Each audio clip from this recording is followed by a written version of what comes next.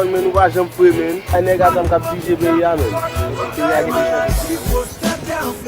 chaque net ma fwe kop men. Ala men ta fwe men. Bon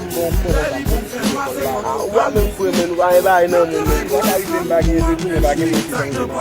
Chaque be ya ba se sam kapani men. Eu gen sa mou gen kop. Mais là, ouais, pas mouiller, on va pas passer là, on va passer une mal.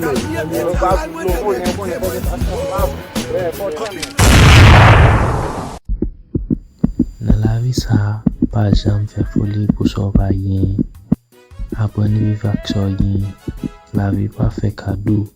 Ou est-ce que je dis, on va conduire. Pas quitter misère, fais-moi pas qu'à sourire.